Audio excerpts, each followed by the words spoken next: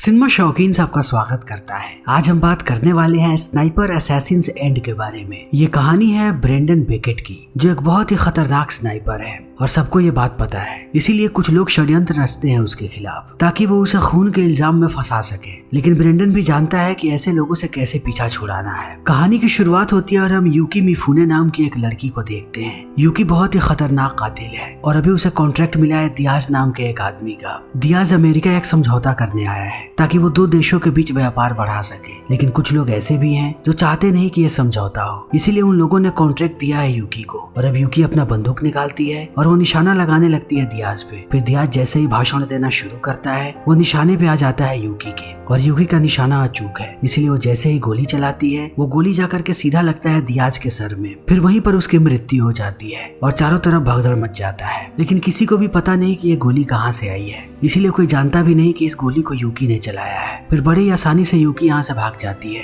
तभी हम detective Franklin को देखते हैं, जिन्हें एक कॉल आता है, और जब वो कॉल पे बात कर रहे होते हैं तभी उनके पास आती है डिटेक्टिव जूलियट और उन्हें बताती है कि हमें पता लग गया है कि इस खून को किसने किया है। इतना काबिल बस एक ही स्नाइपर है जो इतने दूर से निशाना लगा सकता है, और उसका नाम है सार्जेंट ब्रेंडन बेकेट। और जब ये शूट आउट हुआ तब ब्रेंडन बेकेट को वहीं पे देखा गया था। फिर इस बात को सुनते ही फ्रैंकलिन बुलाता है डिटेक्टिव सेरा को और कहता है कि जल्दी से जल्दी बेकेट को पकड़ो कि कहीं वो भाग ना जाए। तभी हम बेकेट को देखते हैं और बेकेट वीडियो गेम खेल रहा होता है अपने घर पे, और उसे इस बात की खबर भी नहीं है कि पुलिस वाले उसे पकड़ने आ रहे हैं। और पिछले 5 साल में एक बार भी छुट्टी नहीं ली थी बेकेट ने, इसीलिए उसकी पहली छुट्टी है 5 सालों में। फिर वो ऐसे ही अपने वीडियो गेम को एंजॉय कर रहा होता है। तभी पुलिस वाले यहाँ पे पहुंच जाते हैं। फिर वो उसके घर का दरवाजा तोड़ते हैं और अंदर आने लगते हैं। लेकिन बेकेट को कुछ भी समझ में नहीं आता कि यहाँ पे क्या हो रहा है, और वो इनसे बात करने की कोशिश करता है, लेकिन कोई भी बेकेट से बात नहीं करता और ये लोग उसे अरेस्ट कर लेते हैं। तभी यहाँ पे यूकी पहुंच जाती है और वो सबको इत्तला करती है कि पकड़ लिया गया है बेकेट को। यूकी यहाँ पे बेकेट को मारने आई थी और वो ऐसा फ्रेम करती कि सबको लगता है कि बेकेट ने सुसाइड कर लिया है, और सबको लगता है कि बेकेट ने इसलिए सुसाइड किया है क्योंकि उसने दियाज को मारा था, और ये केस यहीं पे बंद हो जाता। इन लोगों ने जानबूझ के बेकेट को इसमें फंसाया था, लेकिन पुलिस वाले इनसे ज्यादा तेज निकले और वो बेकेट के पास इनसे पहले पहुंच गए, इसीलिए वो बेकेट को लेकर के जाने लगते हैं और यूकी पीछा करने लगती है इनका। तभी हमारे सामने आता है CIA के सेफ हाउस का दृश्य, और यहाँ पर हम बेकेट को बंधा हुआ देखते हैं। तभी उसके पास फ्रैंकलिन जाता है और उससे पूछताछ शुरू कर देता है और उससे पूछता है कि आखिर तुमने दियाज को क्यों मारा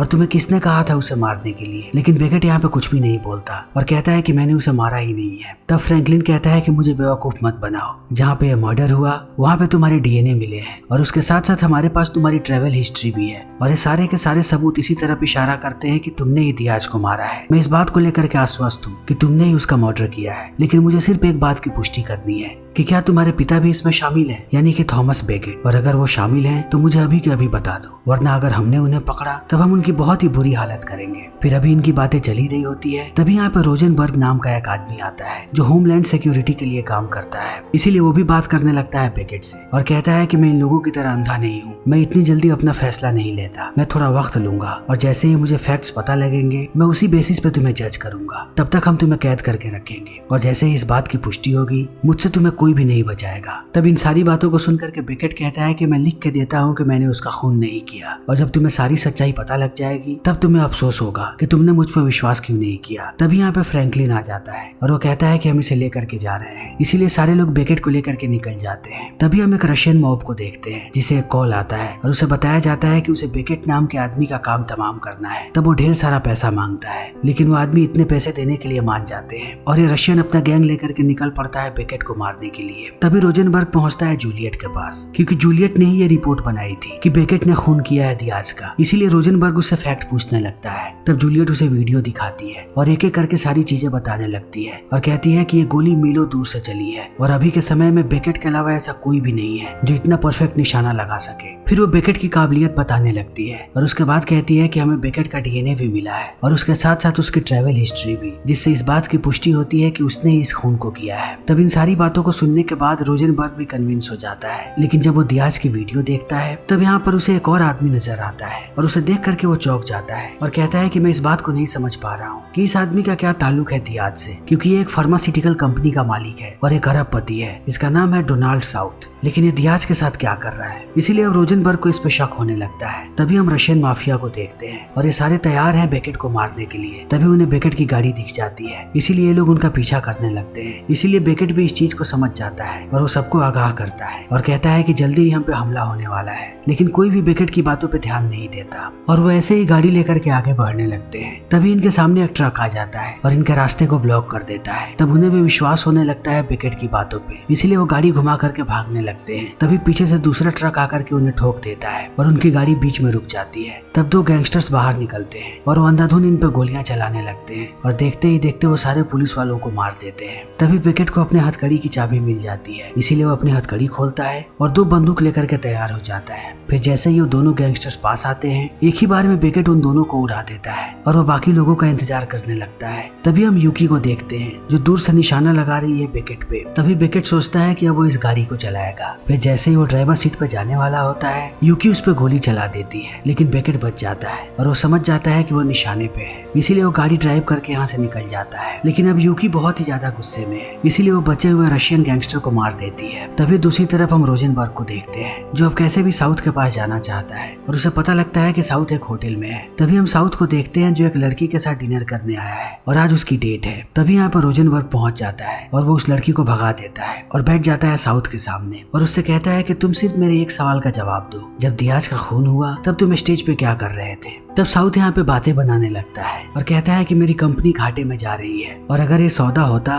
तो मेरी कंपनी को बहुत फायदा होता, इसीलिए मैं वहाँ पे था क्योंकि मैं शहर के सबसे अमीर लोगों में से एक हूँ और मुझे भी वहाँ का इनविटेशन कार्ड मिला था। उसकी मौत से मुझे कोई भी फायदा नहीं होने वाला, इसीलिए तुम मुझ पे शक करना बंद करो और जो असली कातिल है उसका पीछा करो। इसीलिए अब रोजनबर्ग भी शांत हो जाता है। तभी हम सेरा को देखते हैं जो जाती है फ्रैंकलिन के पास और बताती है कि रशियन गैंगस्टर्स ने हमला किया था बेकेट पे, इसीलिए बेकेट वहाँ से भाग गया और हमें रशियन गैंगस्टर की वहाँ पे लाश मिली है और वहाँ पे एक स्नाइपर भी था जो इन पे गोलियां चला रहा था, इसीलिए मुझे लगता है कि बेकेट खतरे में है। तब फ्रैंकलिन कहता है कि नहीं, बेकेट बिल्कुल भी खतरे में नहीं है। बेकेट की मदद के लिए वहाँ पे उसके फादर आए हुए थे यानी कि थॉमस, और अब इस बात की पुष्टि हो जाती है कि थॉमस भी मिला हुआ है अपने बेटे से और उन लोगों ने मिलकर दियाज को मारा है। इसीलिए फ्रैंकलिन जाता है अपनी टीम के पास और सबको कहता है कि बेकेट के साथ साथ अब थॉमस को भी ढूंढो। तभी इन्हें पता लगता है कि जिस गाड़ी से बेकेट भागा था वो गाड़ी मिल चुकी है। तभी हम बेकेट को देखते हैं जो दूसरी गाड़ी चुरा रहा होता है। तभी उसके पास दो पुलिस वाले आ जाते हैं और उस पर बंदूक तान देते हैं, लेकिन बेकेट जानता है कि अगर वो अरेस्ट हो गया तब वो अपने आप को कभी भी बेगुनाह साबित नहीं कर पाएगा, इसीलिए वो इन दोनों पुलिस वालों पे हमला करता है और उन्हें बेहोश कर देता है और जाकर के बैठ जाता है एक दूसरी गाड़ी में और उस आदमी को ड्राइव करने के लिए कहता है और बताता है कि यहाँ से दूर चलो, और वो आदमी भी ऐसा ही करता है। तभी हमारे सामने कैलिफोर्निया का दृश्य आता है और यहाँ पर हम देखते हैं रोजनबर्ग को। तब रोजनबर्ग कॉल करता है जूलियट को और कहता है कि बेकेट पे बार बार हमला हो रहा है और इससे मुझे लगता है कि बेकेट निर्दोष है और अब बेकेट की उम्मीद सिर्फ और सिर्फ मैं ही हूँ क्योंकि पूरा डिपार्टमेंट उसके खिलाफ है। तब जूलियट कहती है कि हाँ, सबको ऐसा ही लगता है और खास करके फ्रैंकलिन को भी। इसीलिए अब रोजनबर्ग जूलियट को कहता है कि तुम्हारे डिपार्टमेंट से शायद कोई मिला हुआ है क्योंकि उन लोगों को पहले से पता था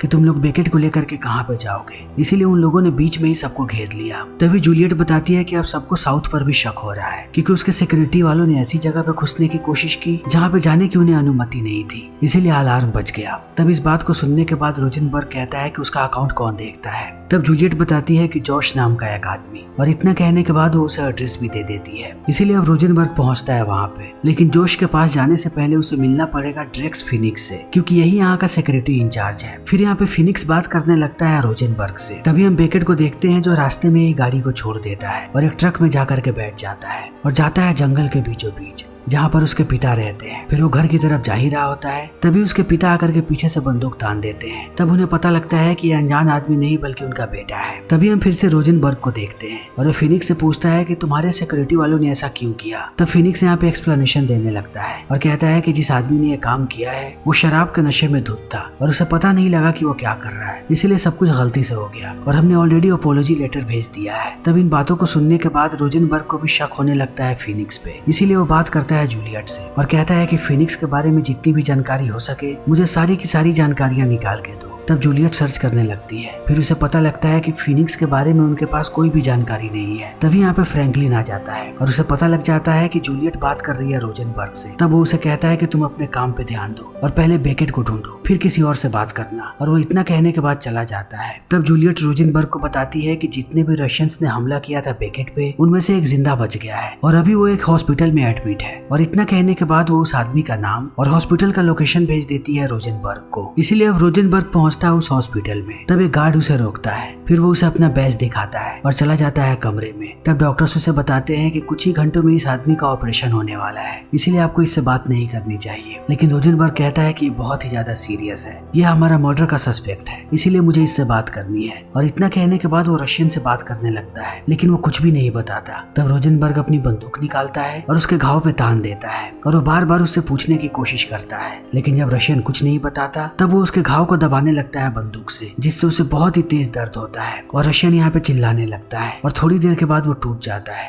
और कहता है कि जिस आदमी ने मुझे कांटेक्ट किया था वो वाइस चेंजर ऐप की मदद से मुझसे बात करता था, इसीलिए मेरे पास उसकी कोई भी जानकारी नहीं है। लेकिन वो जब भी बात करता था पीछे हेलीकॉप्टर्स की आवाज आती थी। तब इन बातों को सुनने के बाद रोजनबर्ग यहाँ से निकल जाता है। तब फ्रैंकलिन उसे बताता है कि वो लोग तलाशी लेने जा रहे हैं बेकेट के घर की, इसीलिए फ्रैंकलिन भी वहाँ पे पहुंच जाता है। फिर जब ये लोग सारे जगहों पे तलाशी लेते हैं तब इन्हें एक बर्थडे कार्ड मिलता है जो थॉमस ने भेजा है अपने बेटे के लिए, और उस पर कुछ कोऑर्डिनेट्स भी छुपे हुए हैं जो उसके पिता का लोकेशन है। तभी रोजनबर्ग पूरे घर में घूमने लगता है और उसे एक तस्वीर नजर आती है जिसमें बेकेट का पूरा बटालियन होता है, इसीलिए वो उसकी तस्वीर लेता है और उस तस्वीर को भेजता है जूलियट के पास और कहता है कि मुझे सबकी जानकारी चाहिए। फिर जब जूलियट सबकी जानकारियां निकालती है तब उसे पता लगता है कि इसी में एक बंदा है फिनिक्स, जो साउथ के सिक्योरिटी सिस्टम को देखता है, जिससे थोड़े समय पहले रोजनबर्ग मिला था। और जूलियट ये भी बताती है कि रिकॉर्ड के मुताबिक उसकी मौत 2 साल पहले हो चुकी है, इसीलिए अब रोजनबर्ग का पूरा शक जाने लगता है फिनिक्स पे। और वो पहुंचता है जॉश के पास और उसे पकड़ लेता है और कहता है कि फिनिक्स के बारे में तुम क्या जानते हो और तुमने सिक्योरिटी सिस्टम के साथ छेड़छाड़ क्यों किया। तब वो पूरी बात बताने लगता है और कहता है कि फिनिक्स ने मुझे मजबूर किया था और अगर मैं सिक्योरिटी सिस्टम को छेड़ता नहीं तब वो मेरे पूरे के पूरे परिवार को मार देता, और अब ये लोग इससे भी कुछ बड़ा करने वाले हैं। तब इन बातों को सुनने के बाद रोजनबर्ग भी निकल पड़ता है। तभी हम बेकेट को देखते हैं जो अपने पिता के साथ है। फिर जब ये दोनों बात कर रहे होते हैं तभी इन्हें आहट सुनाई पड़ती है और ये समझ जाते हैं कि फ्रैंकलिन अपनी टीम के साथ यहाँ पे आ चुका है। इसीलिए थॉमस अपने बेटे को एक राइफल देता है और उसे पीछे के दरवाजे से बाहर निकाल देता है और कहता है कि तुम दूर चले जाओ, और वो खुद बाहर आने लगता है। तभी रोजनबर्ग कॉल करता है फ्रैंकलिन को